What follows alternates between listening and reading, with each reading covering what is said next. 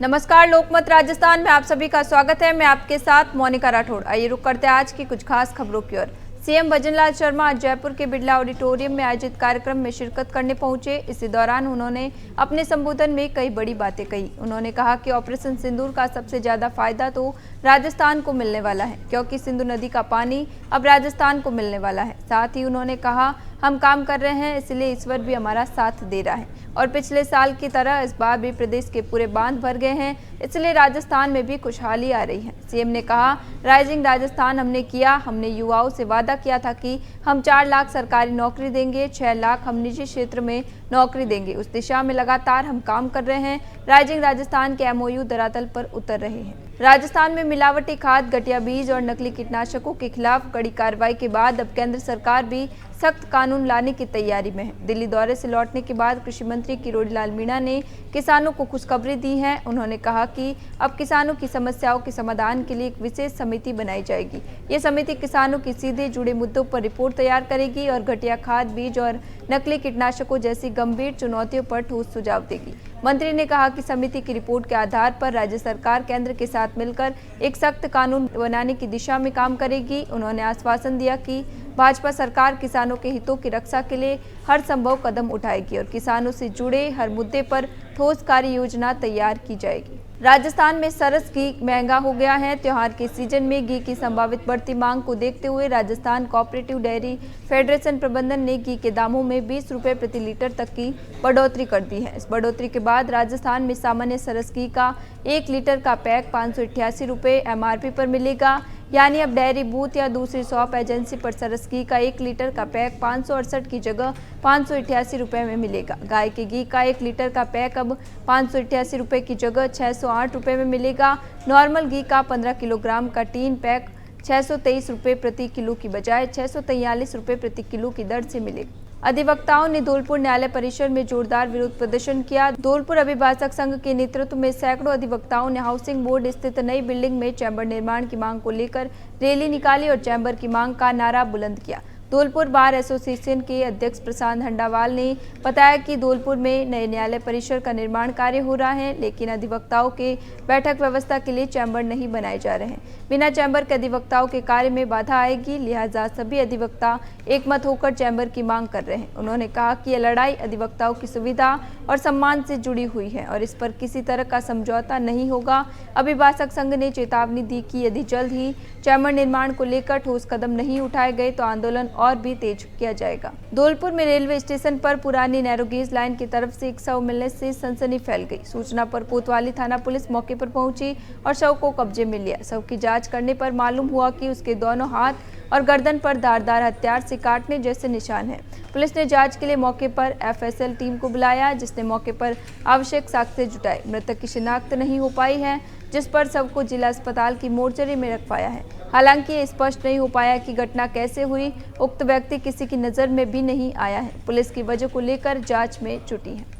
डीडवाना शहर के salt road जाने वाले मार्ग पर वार्ड नंबर 5 में 1 वर्ष से नलों में गंदा पानी आ रहा है, जिसकी वजह से मोहल्लेवासी काफ़ी ज़्यादा परेशान हैं। बार बार जलदाय विभाग में शिकायत करने के बावजूद भी समस्या का समाधान नहीं हुआ है। थक हार कर मोहल्ले की महिलाएं जिला कलेक्टर के पास भी फरियाद लेकर पहुंची। जिला कलेक्टर को अपनी फरियाद सुनाई कि किस तरह से 1 साल से घरों में गंदा पानी आ रहा है। बार बार शिकायत करने के बावजूद भी समस्या का समाधान नहीं हो रहा है। एक लिखित शिकायत में मोहल्ले की महिलाओं के द्वारा जिला कलेक्टर को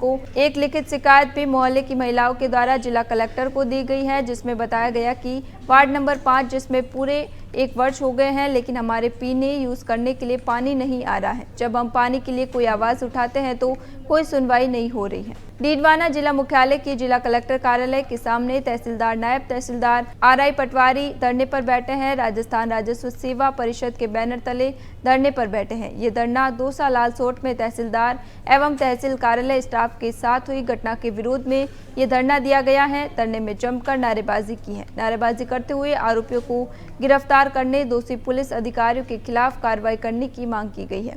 पटवारी मनीष ने बताया कि 19 अगस्त को विधि विरुद्ध एकत्रित होकर तहसील कार्यालय भवन तहसील लालसोट में जबरन प्रवेश कर राजकाज में बाधा डालते हुए तहसीलदार लालसोट अमितेश मीणा एवं कार्यालय स्टाफ के साथ उनके चैम्बर में सामूहिक रूप से दुर्व्यवहार एवं मारपीट की घटना घटित की गई। इसी दौरान उनके ऑफिस में मारपीट, धक्का मुक्की, अनर्गल नारेबाजी एवं अभद्र भाषा का प्रयोग, मोबाइल छीनना, अशोभनीय व्यवहार, तोड़फोड़, मेज पर रखे हुए सरकारी दस्तावेजों को खुर्द-बुर्द किया गया, जो गंभीर दुराचरण कानून की अवहेलना है।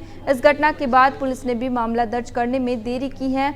इस मामले में दोषी आरोपियों के खिलाफ कठोर कार्रवाई हो। ये लालसोट में तहसीलदार जी के साथ कुछ असामाजिक तत्वों ने ऑफिस में घुस के उनके डॉक्यूमेंट जो दस्तावेज थे, सरकारी दस्तावेज, वो फाड़ दिए, उनके साथ छीना झपटी करी। उसके अलावा वहाँ स्टाफ के जो अन्य लोग थे उनके साथ भी उन्होंने बदतमीजी की।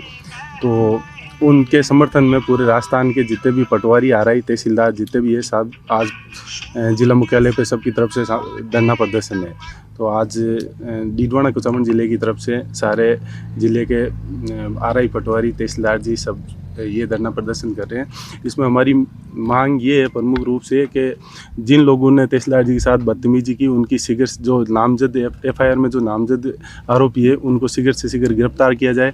उसके अलावा हमारे जैसे उनके अन्य साथियों के साथ भी मारपीट की, और जो पुलिस थाने में तहसीलदार जी 2 घंटे तक बैठे रहे, उनकी एफआईआर दर्ज नहीं की, तो जो पुलिस वाले इसमें आरोपी हैं उन पे भी कार्रवाई की जाए। जैसा कि आपको विदित है, लालसोट में हमारे एक साथी तहसीलदार के साथ जो दुर्भाग्यपूर्ण घटना हुई है कि ऑफिस में चैम्बर में घुस के और हुड़दंगबाजी हुई है, हाथापाई हुई है। उसके विरोध स्वरूप राजस्थान राजस्व सेवा परिषद सभी संपूर्ण राजस्थान में जिला मुख्यालय पर यह धरना प्रदर्शन किया जा रहा है। और प्रमुख तौर पे जो मांगे हैं उनमें जो भी एफआईआर में नामजद लोग हैं उनकी गिरफ्तारी हो, और भविष्य में ऐसी घटनाएं नहीं हो, ऐसी पुनरावृत्ति नहीं हो, उसके लिए ठोस उपाय किए जाए। प्रमुख रूप से यही मांगे हैं। हमारी प्रमुख मांगे है, लालसोट दौसा में तहसीलदार जी के साथ कुछ असामाजिक तत्वों ने जो बदतमीजी की, उसे हमारे तहसीलदार सेवा परिषद के बैनर तले ये पटवार संघ, कानून संघ और तहसीलदार जी संघ जो उसमें हम लेकर धरना प्रदर्शन कर रहे हैं। अगर सरकार के प्रमुख व्यक्ति जो हर चीज़ को धरातल पर उतारता है, उसी के साथ अगर मारपीट होगी तो फिर आम जन कैसे सुरक्षित रहेगा। और हम चाहते हैं कि ये सामाजिक जो तत्व है उनकी जल्दी से जल्द गिरफ्तार हो, ये हमारी प्रमुख मांग है।